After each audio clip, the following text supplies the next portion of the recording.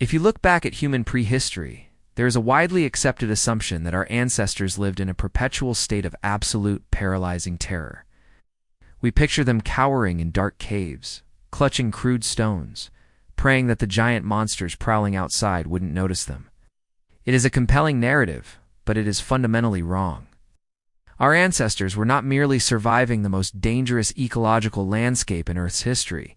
They were actively hacking it. They were breaking the rules of biology, exploiting glitches in predator psychology, and running a systematic campaign of psychological warfare that would eventually crown them the undisputed apex predators of the planet. To understand how staggering this achievement is, you first have to understand the sheer absurdity of the human physical form during the Pleistocene epoch. If you were to evaluate a human being purely on its biological hardware, the specifications are almost comical. We have no armor. We have no venom. Our claws are fragile fingernails.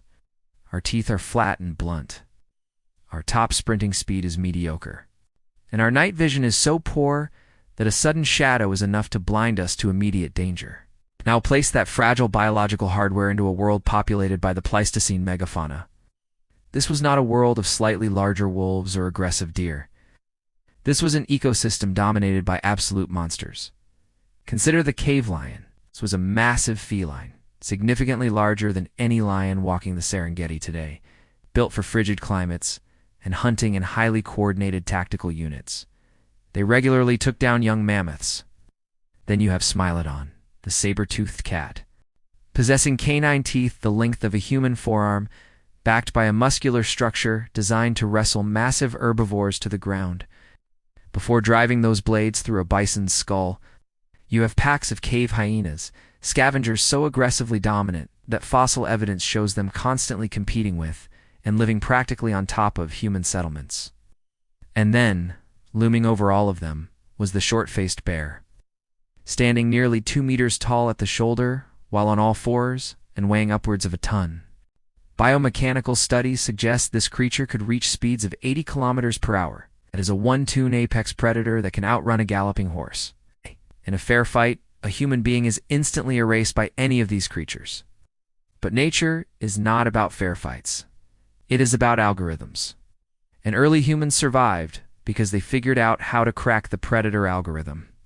Every predator on Earth, from a modern leopard to an ancient short-faced bear, operates on a strict, subconscious calculation of risk versus reward. Predators are supreme opportunists, but they are incredibly risk-averse. For an apex predator, an injury is a death sentence. A broken rib, a blinded eye, or a shattered knee from a struggling prey animal means that predator can no longer hunt efficiently. It will eventually starve or be killed by rivals. Therefore, the evolutionary algorithm dictates a simple rule. Never engage prey that poses a genuine threat of structural damage unless absolutely starving. Humans weaponize this algorithm. An individual human is a highly profitable low-risk meal. A group of humans is a massive, unpredictable liability. But group defense was only the beginning of the psychological warfare. Early humans began to exploit a massive visual glitch in the predator processing center, bipedalism. For millions of years, the predators of the Pleistocene were programmed to hunt quadrupeds. Their visual systems were highly optimized to gauge the distance, speed, and trajectory of animals whose bodies were horizontal to the ground, with vital organs exposed along the flank. When humans stood upright, walking on 2 legs, they presented a completely alien geometry. By standing up, humans artificially inflated their perceived size, making themselves appear taller than they actually were. Furthermore, standing upright hides the vital organs of the chest and abdomen behind a narrow vertical plane, while simultaneously leaving the hands free to hold objects, making the silhouette even larger and more complex.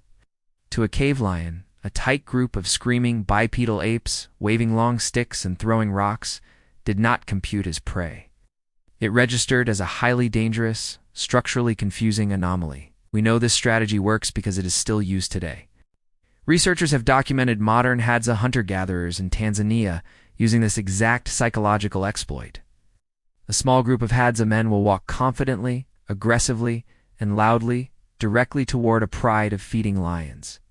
The lions, despite possessing overwhelming physical superiority, will almost always abandon their fresh kill and retreat. The humans do not win by physical force. They win by overriding the predator's behavioral script. The lions calculate that engaging this aggressive, unnatural advancing force simply isn't worth the risk. Our ancestors ran this bluff every single day. But a bluff only gets you so far. Eventually, humans began deploying active countermeasures. They introduced fire. We often think of fire purely as a tool for cooking or staying warm, but in the context of the Pleistocene, fire was a sensory overload weapon. Wild animals have a deeply ingrained evolutionary terror of fire. It represents chaos, rapid destruction, and pain. By mastering fire, humans created a portable, localized safe zone. A campfire was an impenetrable barrier of light and heat that short-circuited a predator's instinct to attack. However, humans didn't just hide behind the flames. They weaponized them. Archaeological evidence shows that early humans used fire aggressively to reshape their environment, burning massive tracts of land to flush out game, or using torches to drive giant predators away from prime real estate. They took the one element that everything in nature feared, and they bent it to their will. Then came the hardware upgrade that permanently altered the balance of power: ranged ballistics. For millions of years, the ultimate rule of biological combat was proximity. To kill something, a predator had to put its own body in the danger zone. It had to get close enough to bite or scratch. Humans circumvented this rule entirely. Around 300,000 years ago, we see the emergence of the H.G. Ningen spears in Germany, perfectly balanced, aerodynamically engineered wooden javelins. Later, this technology evolved into the atlatl, or spear thrower. The atlatl acts as an artificial extension of the human arm, adding another joint and drastically increasing the leverage and velocity of the projectile. With an atlatl, a human could launch a heavy dart at speeds exceeding 150 kilometers per hour, accurately hitting targets over incredible distances. This was an unprecedented biological exploit. A human could now deliver lethal, bone-shattering kinetic energy from 50 meters away. The predator was now in the human's kill zone long before the human was in the predator's kill zone. The giant beasts of the Ice Age had millions of years of evolutionary armor.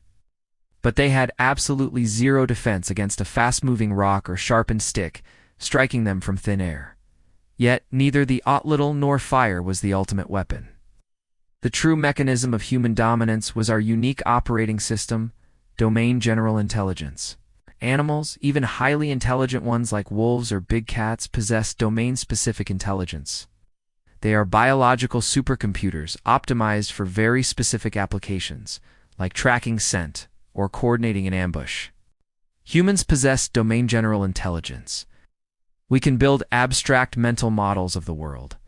We can observe a pattern, analyze it, and apply it to a completely different scenario. This allowed humans to transform the environment into a massive, readable data set. Through the art of tracking, a footprint was no longer just a depression in the mud. It was an encrypted file waiting to be decoded. An experienced tracker could look at a crushed blade of grass and a displaced pebble and determine exactly what species passed by, its weight, its speed, its direction, and whether it was hunting or fleeing. Instead of stumbling blindly into a cave bear's territory, early humans could read the data of the landscape and proactively route around danger. More importantly, they could share this downloaded data through language. If a cave lion was spotted near a watering hole, that information was immediately transmitted across the group. A human did not need to personally experience a near-death encounter to learn from it.